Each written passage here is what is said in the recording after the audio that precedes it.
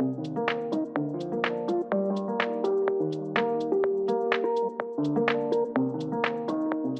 to How to Stand Out in a Competitive Market.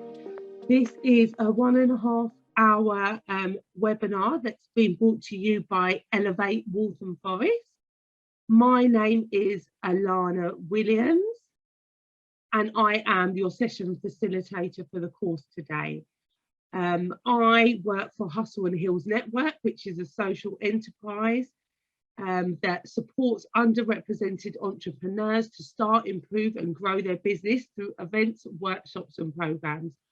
I also help deliver a program with Hustle and Hills, very similar to this one, but based in the Haringey, London Borough of Haringey. And I am a business engagement officer. So I go into businesses on the ground, engage them to become part of the network, to also sign up for free mentoring, and it's a really fulfilling role. Before I took the role up with Hustle and Hills Network, I had quite a long corporate career, and then I was affected by maternity discrimination and decided to become an entrepreneur and work for myself. So I also have a beauty business where I sell make and sell press-on nails and lashes and a few other self-styling, self-care products. So lots of areas of expertise and knowledge through my journey in employment and also self-employment. And so we are going to move on. That's a little about me. And we're going to go on to start to deliver the program. So how do you stand out in a competitive market? First of all, you have to find the challenges within your industry. There's always going to be challenges. There's always going to be things that some businesses do better than others. How do you meet them? Meet them with solutions. So this little this little piece of the puzzle, which is illuminated, is the solution. I don't know what you think your solutions are in your business, but if you want to, you know, participate and we can develop that even further, then, you know, please do just unmute yourself and we can speak about that. So finding the challenges within your industry, that's sometimes very easy. It's clear. Sometimes you have to dig a bit deeper. But I think, you know, if we follow these 7 steps that I'm going to teach you today, then it doesn't matter what industry that you belong to, you should be able to identify the steps that are going to really get you to understand where you and your business fits within the competitive market. So a way of you establishing yourself and really understanding what your offering is to establish your USP, unique selling points. And we're just going to go into a little task now. So if you have a pen and paper, then this would be a great time to get it out, because we're going to look into how do you create a USP. What is the correct USP? And this works for any business. So 6 steps to creating a USP. If you can screenshot, I would definitely recommend doing that for this slide, because this is a really important slide. I think it's really, it's got a lot of knowledge that will just, you know, you can go through and follow these 6 steps for any business that you're in. So step 1, describe your target audience. I think defining your target audience is really important, because it helps you understand who are you talking to, who is your marketing talking to, who is your business talking to, who is your ideal customer. Really describing your target audience really covers all of those questions, and it makes for marketing so much easier. I really wish that I'd paid attention to creating my USP very early in my business evolution, because it would have saved me a lot of pain on the back end. Because really understanding who you're marketing to is key in getting sales. It really is, because if your marketing and advertising is not speaking to those people, your target audience, then it doesn't matter how great your product is, it's potentially not going to hit at the market and therefore get the sales. So that's step one. Step two, explain the problem that you solve. So once you've described the target audience and you're developing the language that they want to hear, you've also got to explain a problem. So let's use an example, because you said that you have a skincare brand. So you have a person that's got very oily skin. So for this particular product, the target audience is someone with oily skin or, excess oil. So you would explain the problem. The problem is, do you suffer from oily skin? And then you would move on to the next. Obviously, I'm kind of paraphrasing, and obviously when you know your subject, you can develop that a little bit more. So it says list the distinct benefits. So this product reduces pores, it minimizes sebum production, which is the oil, what the skin naturally produces, and it's naturally mattifying. Obviously, this is just an example off the top of my head. You list the distinct benefits. So you're telling your customer, use this product or use my service because it will benefit you in this way. And then you also define your promise. So using the example that we've used, skincare for oily skin, define your promise. You will not be shiny all day if you use this product. It will reduce the oil production. It will stop you looking shiny. That's the promise that, I'm assuming that if you've got an oily skin product, that is the promise that you would want to offer to your customer, is a promise that they will not look oily and shiny. And then it's really a case of looking at those first 4 steps, combining and reworking. So then you develop those first 4 steps in a way where it sounds attractive. You're not overcomplicating it using too many words. It's really succinct and attractive to your target audience. It explains the problem that you solve, and it lists the distinct benefits, defines the promise, and then you cut it down and you have your unique selling point. So this slide, I said, is really, really important. I think this is probably like one of the most important slides of the whole presentation, because once you can define your USP, then standing out in a competitive market becomes a lot easier. Do you have any questions? Oh, I see one in the chat. Yes. Can you have more than one USP?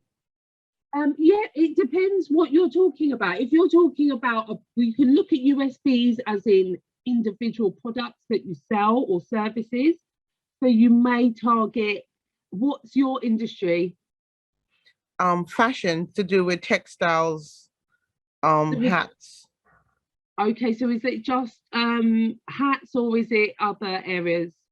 It's other areas. So I do like baby blankets, onesies. So I've got the side where I'll target like babies, nurseries in school, but then I've also got another side where I think I was pushed into this area because I personalize stuff. So I've been getting a few businesses to personalize their uniforms. So I was sort of automatically pushed into that area. And I also do headwear. So I've got like women at church, weddings. So this is what I'm asking. So I've got kind of a different Yes, you've got different markets. Yes. So the way that I would suggest that you kind of look at that is, are you familiar with something called a customer avatar? No. Okay, so it's a profile of your ideal customer. So you've clearly said to me that you've got three different types of markets that you work on that are very kind of clear cut. So you would need to define and get a customer avatar or a customer profile for each of those individual markets that you're marketing towards, because I can imagine that the language that you would use for mothers and babies isn't necessarily the same as you would for the occasional wear and the church hat. No. I used to work in sportswear sales, so embroidery is school embroidery, and the school uniforms market is something that I'm very familiar with. And that is a completely different market in itself, because the people that are buying are the schools. Yes. You have to first of all establish the contract with the school shop or the retailer. Yes. And once you've broken that market, then there's an element of marketing towards the parents to ensure that they buy their uniforms and they customize on time. So again, there's two different types of market within the one product. So I think you've really got to, considering you do lots of things, maybe see them as their own profit stream. So you look at them as like individual profit streams within the bigger picture of the business. Makes sense. Makes a lot of sense. And yeah, exactly. And then you target them. You do this process of creating the unique selling point per product line, or because it seems like they're different, but they're all complementary. Yes. So hopefully that answers your question. Yes, it did. Thank you. Yeah, and I would definitely recommend maybe going through these stages for each one of them separately as well, because then when it comes to you actually talking to your customer, it means that you would develop a language that is really centered towards them, and then it comes back to describing your target audience. So each one of them would have a different target audience, and you would talk to them in that way. So yeah, thank you. You're welcome. And if you want to jump on again, please do. Yeah, thank you. Okay, so I'm going to move on to the next slide, where it says stand out visually. Visually, like what makes your business look attractive? What is attractive to your eye? What is attractive to your potential customer's eye? It may not be the same thing. It may not, but it may also be. I think attractive imagery is really important. And I think that people this is a place where you shouldn't, you need to spend money on your imagery. And I think that's why I chose this image, because it is got a nice image of a lady. The eye has got some kind of graphics and digital kind of representation that makes you think of the eye and what it's looking at.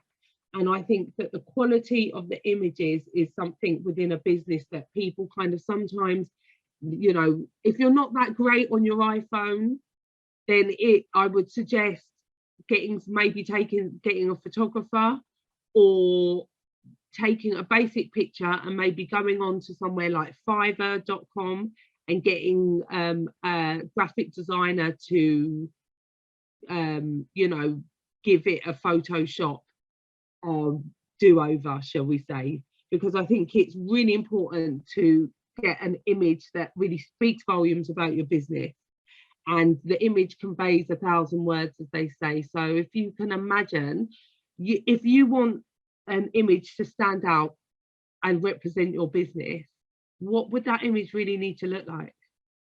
That you could look at it and they will say, yeah, that's my brand. And I think that's how you need to think about every image that you put out in your business.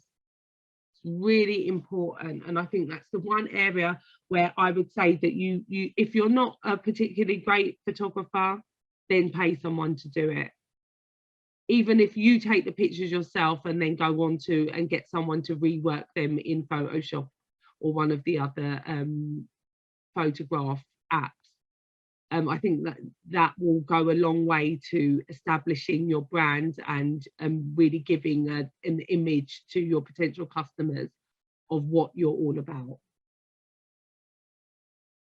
So the next one is customer testimonials. You know, everyone wants to, you know, you go onto Amazon, first thing you do is check the reviews. What is it? How many stars is it? Is it worth me buying this? Am I going to part with my money? What does Jane from Edinburgh say about it? You know, the customer reviews and testimonials is something that's really, really important, and it's important to shout about it. If you've got positive reviews and people love your business, they love your brand, then feature those people. Put them on the first page of your website. Quote them on your social media posts. You know, people love good news. And if people are talking great stuff about your business or your products, then yeah, you really need to highlight that, because it also gives people social, I forget the word, sorry, it's social proof. Social proof. Yeah. Yes, thank you. It's just, you know, sometimes it's on the tip of your tongue and it's like, oh, I said it 4 times yesterday. Yeah, social proof. Social proof is really important. I think people being able to say, I know that brand, I like that brand, and for this reason, and, you know, offer people an incentive to do it. Like, you know, give them a percentage off. Loyal customers shouting about your products is the goal in any business. So if you've got someone that's championing you and your product, I would definitely make them into a special customer. Give them some kind of, as I said, discount, some kind of love that makes them want to talk about your brand even more. So yeah, I think customer testimonials are really underrated, but they say 1,000 words for your business. So provide the best customer service. Like, yeah, you know, a lot of people take this for granted, but it's really important to focus the best practice customer service that you can offer for your business. Like, some people work in their businesses part-time, and so therefore they're not able to be available 24/7 to their customers. That's fine. Put something in place. You can like bots is a good one. Chat bots is a good one, where you can put frequently asked questions, and it's like an AI that would develop customer service. So the more talking that you do with your customers, there's one that I use called Many Chats, and it automizes your Instagram and Facebook chats.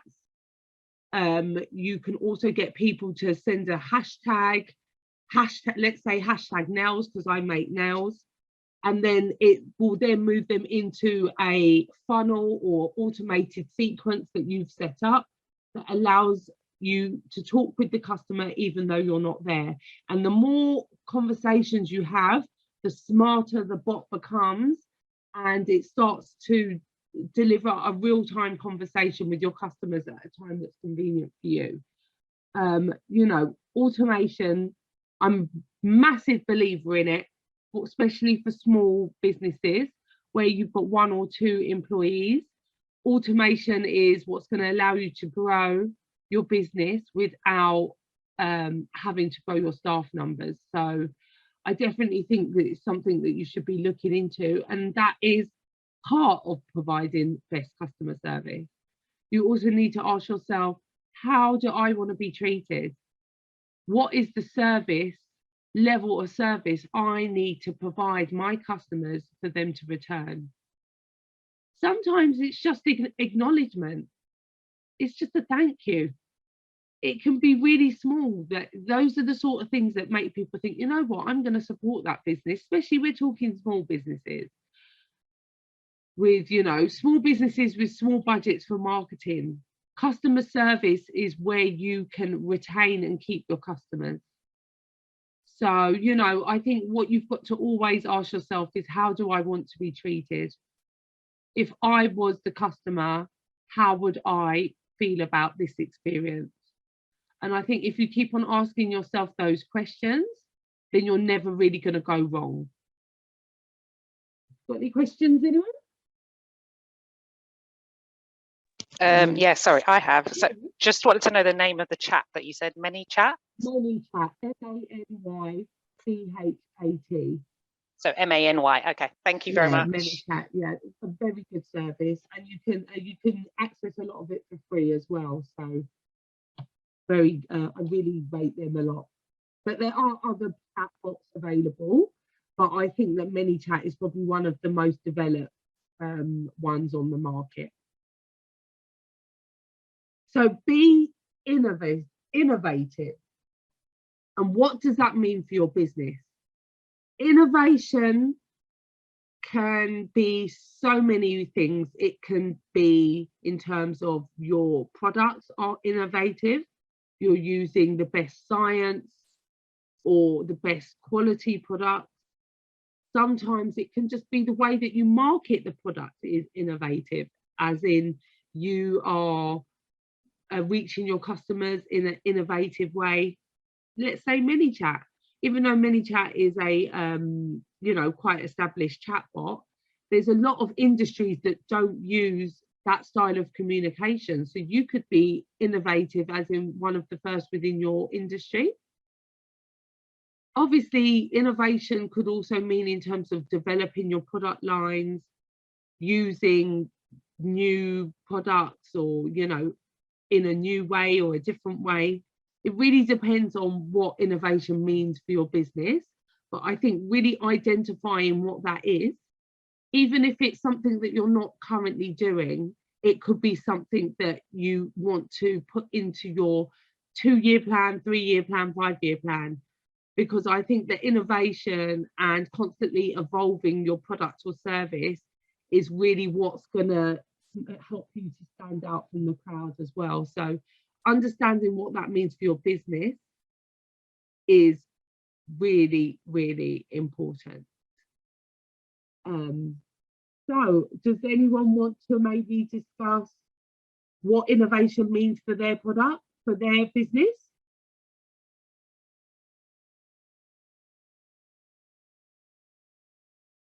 Okay.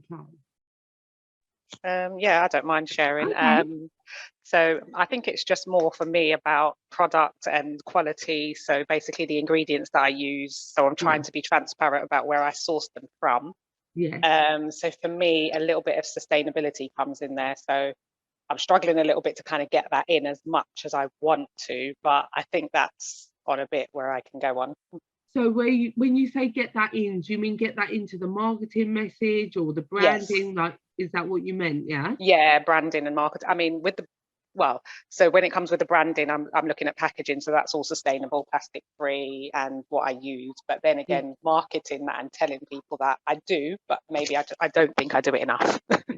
Yeah, I do think that, and I'm a product-based business, and I think that sometimes you can get really bogged down on the kind of technicalities of the product, that when it comes to marketing it, there's a little bit too much detail, because you're detail orientated when it comes to actually producing and evolving the product.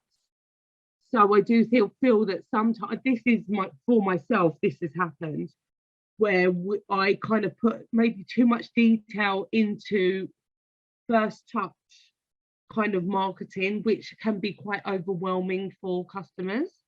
So I think you know that the product structure and all the detail, but then it's sometimes best to take a couple steps back and just go back to, let's say, the unique selling points, which I'll just go back a couple of slides, where it's really step 2 and step 3, step 2, 3 and 4, explain the problem you solve, list the biggest distinctive benefits, and define your promise.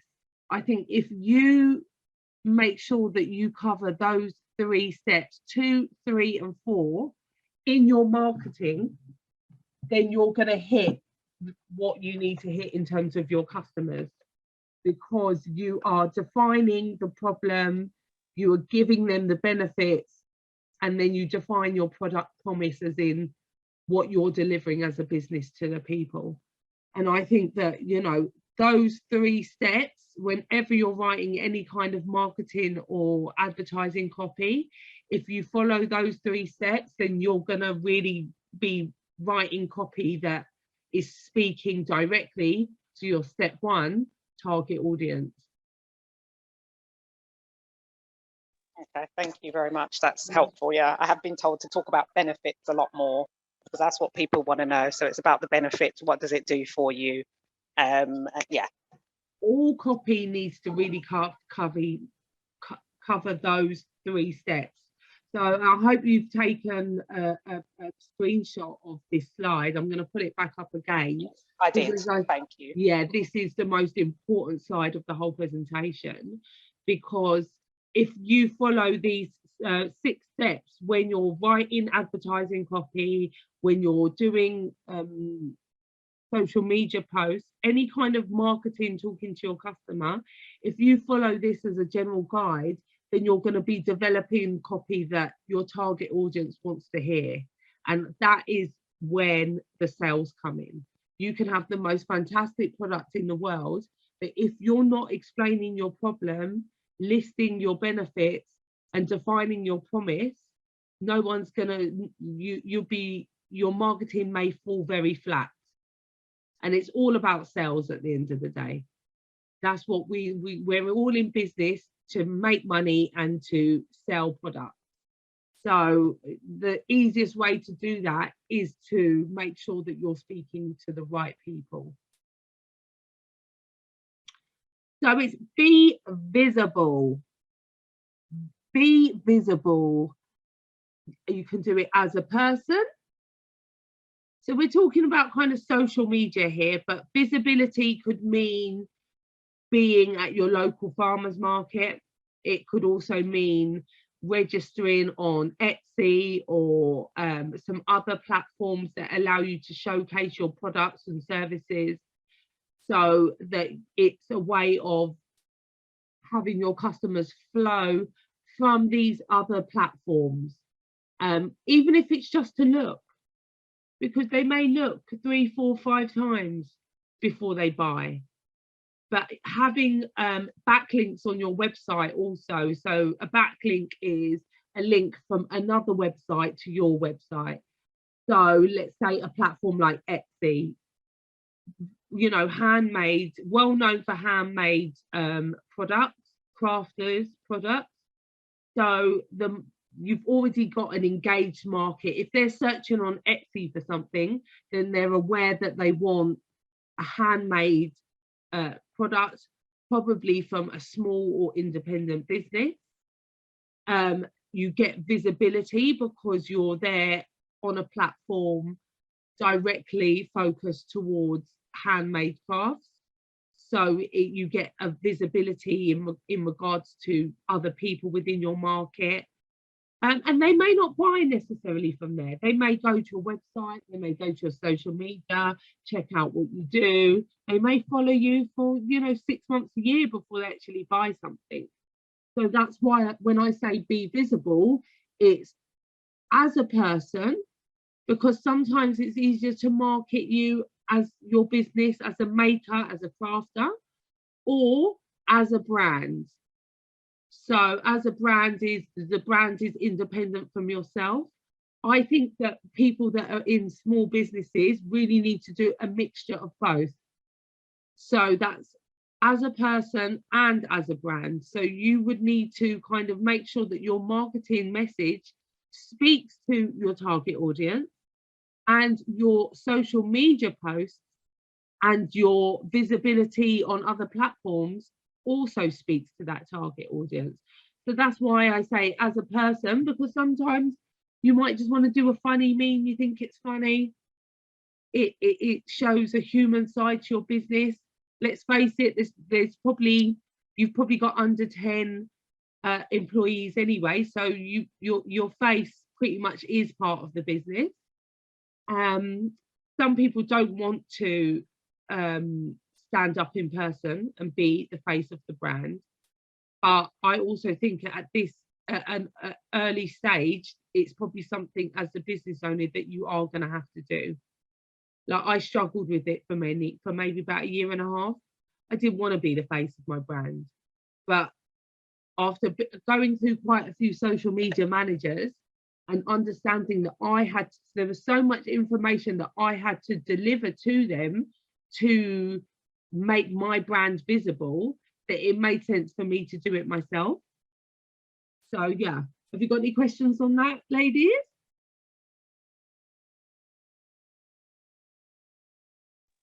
No. And that's what I was going to come to next, because that is the 7 steps. Sorry, you were saying, you were saying be visible, like you were saying SD Farmers Market. There was another thing you said that I didn't hear. We're talking about your handcrafted business now, yeah? I think Etsy would be amazing for you, because it is. Are you currently on Etsy? No. I would. Are you familiar with the platform? I am, yes. Yeah, I would think that for every product that you've mentioned previously to me, I think Etsy would be a fantastic platform for you. I also think Pinterest would be another platform for you, because it's handmade crafting. And I just think that if you start publishing, even if you use, I don't know if you use social media already, or if you're posting regularly. I use TikTok and Instagram. Okay, so you know what your and what platform do you currently sell from? None. None. So is it more in person, is it? Do you have a website? No, it's personal and brand, as you'd said, a bit of both. But because I'm still working on the website, because I tried to do it, but I need something to point them back to. So I'm currently working on the website to get that up. So as soon as I get it up, then I can do the links. Who are you using to make your website with at the moment? It was an independent person, but I think they're messing me about a bit, because I've paid for like 4 years worth of hosting and everything from this site. Cost me almost £500, and almost 2 years gone and nothing solid. So who's building your website then? It's an independent person, somebody that I met a couple of years ago at in teachers training. Okay, and so they are building it on what, WordPress or? I'm not sure if it's WordPress or Wix. I'm not quite sure, because I have gone to do a short WordPress course, and I can now do something for myself. But yes. I'm saying I've given him all that money, and then he's got all that information. So I'm trying to get to the back end to see what I can do for myself. Well, he should be able to give you access to the back end. Like, if you've paid for hosting and all these things, then you should keep the hosting with him, because you shouldn't pay for it again if you've already paid for it. But I would say, from my previous experience, I've spent thousands of pounds on websites, and the website that has been the most successful for me has been the one that I did myself. See? Yeah. Because the thing is that you need, as a small business owner, you need the ability to be able to go on and change and develop your offering, because you may not be sure what your offering is. Like, some things sell better than others, some things are seasonal. The problem is when you use an external web, especially one that works by themselves, they don't necessarily have the vision or passion for your business to really be able to deliver the sort of website that you want. And it kind of goes back to imagery as well, and telling your story. If your imagery isn't 100%, then how are you supposed to develop the story to be able to sell this dream of this wonderful product to your target audience? So as a small business owner, I think it's really important that you establish that tone yourself, Yes. because only really you can do that. Yeah. And it sounds like a lot of work, and it's not the area of expertise. Like my taking pictures is probably my weakest part of my business. So I don't do it myself anymore. It's just one of those things that you've got to, certain things you can do yourself. I do my own accounting, I do a lot of things within the business. Yeah. But photography is not my strong point, and your business is so it's so important to have those images right. Like, I really suggest for you to go onto Etsy, because I think that the Etsy and Pinterest are going to be amazing platforms for you. They've got the target audience for the demographic for everything that you do. Wow. Everything except for the school uniforms. Like, do you have like an embroidery kind of setup as well, do you? Or yes. Yes. Yeah, I can imagine. So I can imagine the because as I said, I've worked within the school uniform sector for almost 5 years. It's a very lucrative market. It's very lucrative, and it's seasonal as well. So Yes. you know, you put in your massive orders, and then you must be very busy now, because organizing yourself for back to school September, because this is like high time now for. The thing is, because I haven't got properly into any schools yet, because this is what I was hoping to get the website, because I wanted to target my daughter's school first, my children's school. Yeah. So this is where I was waiting on the website, because I've got everything set up and ready to go. But because I can't have nothing to show to say this is, so I couldn't go to make the presentation that I wanted.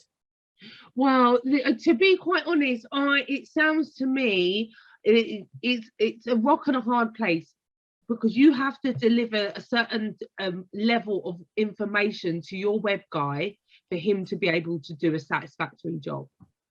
So and I've done that. He's been asking, even with images, because I do design. So you can get your own design and download it to put on t-shirts or whatever. Yeah. He keeps saying, send me. And I've sent him everything. He's done a bit so far, but where the images are concerned, because I got him the pictures, he says, okay, get me the prices. But the things that I give him to start off and to say, I've got this, I've got that, they've sent me the pictures, I've linked them to him. It hasn't been done. Yeah, I think you've really got to have a meeting to sit down and establish what he's capable of doing and give him a timeline.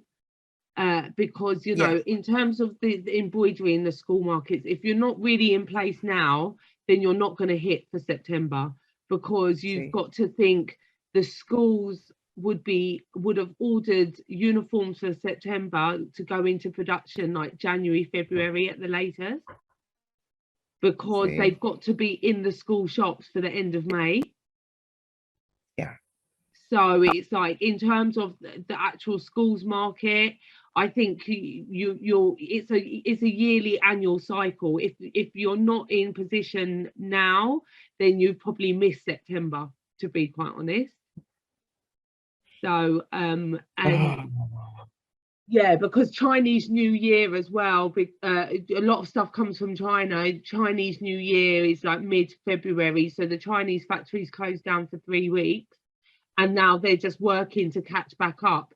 So you would not get anything out of China now until probably the end of April, May at the earliest. So then you've kind of not hit those timelines. But there's plenty of other things that you can do embroidery-wise while you're organising yourself for the next school year, because potentially you could get one school and have a massive windfall. Yes. Like, literally all you need is one school to change your business around. Like, one contract can do that. Yeah. So I've spoken to my daughter principal, because I was telling her about the things that I do. So she's inviting me in June to do, because they do Griffin Festival. So she's inviting me to come in to showcase and to do stuff for the children for June. So I'm hoping that when I get in there, I can pitch everything to her, because if I get her school, I'm good. Yeah, you would be literally at one school, 300 students, one school is a massive win, let alone when you go into these secondary schools that have 9, 8, 1,000 students on site. Like literally, it is life-changing, that sector. But I would say that, you know, in terms of the embroidery, there's lots of other things that you can do. First of all, I'm jumping around a bit. First of all, I think you need to really establish what you're going to take into the school in June. Yes. What is it? Again, going back to the USP, define your target. So the school's market is your target. What are you doing in June that the head teacher is inviting you to do? It's like a festival or something. Yes, it's a Griffin festival that they have yearly. So it's sort of for art as well as a musical background school. Okay. So they do their Griffin festival. So I tell her I do, like, you know, the children headbands, because I do it for my daughters. So like stuff like these. Okay, for cute here. Stuff, yeah. Yeah, I do t-shirts, like, I don't know. Oh Yeah. dear. So if they're having a particular like a sports day or stuff like that, I can personalize that. I also do personalized items like books, keychains. So those are the things I'm trying to pitch to her. So what age group is the school? So it's a primary. So it's from nursery to primary. Okay. So I think it's from nursery to about 13, 12, 13. Yeah. So the reason why I ask that is because secondary schools, they have like championships and things like that. So you could then go in and say like, oh, winners hoodies if they've won something, or I'm a parent of, because let's face it, the children might be wearing the products, but your target market is the parents, because the parents are the ones that are spending the money. Yes. So if you want to get in on the school, I would suggest that you develop a product which is going to get the parents interested in your brand. Okay. And then when it comes to later on, they'll be like, oh, I know her, I want to support her, she's one of the mums. Yes. And then they get into knowing your brand and your product. So maybe something like, I'm a Griffin mum, or I don't know, I'm just throwing like things out there. Or you could do a little, everyone loves a bit of family matchy, you know. Yeah. Like a mother and daughter, mother and son kind of family whole, we're all representing gang. Yeah. You could also do something that like, you know, a family personalized thing, so it's not necessarily school centered. Yes. But something where do you do any kind of digital manipulation and things like that? I do Photoshop. Yeah, so maybe something where you can, like, maybe you've got some like standard frames where it's kind of where you could put their family image in, or something that makes it very personal to the buyer. Okay. I am in because my daughter's class, we have a chat group, and I'm just getting familiar with all the parents since I stopped working. I was working in the NHS, long story. So I am just learning them from, she's now in year 2, and I've just knowing them from nursery. I'm just rapping with them. So would you think it would be a good idea to maybe post stuff in there to say, this is what I do? The problem with these school groups is that sometimes they've got very strict, because I've got a son in reception and we've got a WhatsApp group, and you know, it's okay if you're posting a birthday party, but I think anything outside of that is a bit like, they're like, oh, you know, business related or anything like that, people were a little bit, so I would speak to the person who manages the WhatsApp group first. Okay. Yes. And just find out what the kind of rules are in terms of posting, because I know that a lot of them, obviously it's not a political thing, but sometimes political things, salesy kind of typey things, that sort of thing, they don't really want in the WhatsApp group. Yes. But I think that if you are going to the Griffin Festival, I think it would be more than appropriate to put something in and saying, hey, we're going to be at the festival this week. come and check us out. Maybe Yes. put a discount code in or something like that. But I Yes. wouldn't really be soliciting for sales within the group. I think it would just be more awareness. Show what I do. Yeah, I would speak to because some parents may feel uncomfortable with you putting that in the group. So I would Okay. really speak to the person who manages it first, just to make sure that it's okay. Yeah. Thank you. Exactly. Because a lot of people don't, especially in those groups, they don't want to be sold to, because it's like, I'm here for my child. I'm not here to buy a t-shirt from you. But they probably would buy a t-shirt from you. Do you know what I mean? So it's all about how you touch the situation. Anyone else with any questions? Because we've got quite a bit of time, so I'm really happy to like answer specific questions for your brand if that helps you develop yourself and evolve yourself on. I don't know if anyone have you booked are you a Waltham Forest? Are you on the Create Elevate program? Yes, I had a one-to-one with Clarin about, I think it was Tuesday. Okay. But I'm just getting on. I'm just learning about you guys and I'm just getting on. Yeah, because the program I think is going to run until, I think you're only allowed to have one-to-one.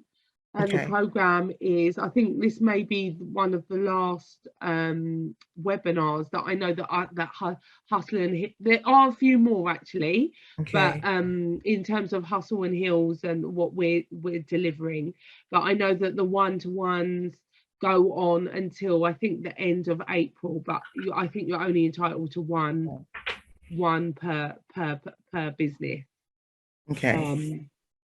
Yeah. So moving on to one-to-ones. These are all the advisors that you can book with. This is from the Hustle and Hills team, which I represent. We've all got various different areas of expertise and knowledge. So if you haven't booked your one-to-one, then please do. It's free. You can choose any of our advisors, and I think there's advisors from other organisations as well. But yeah, this is the Hustle and Hills team.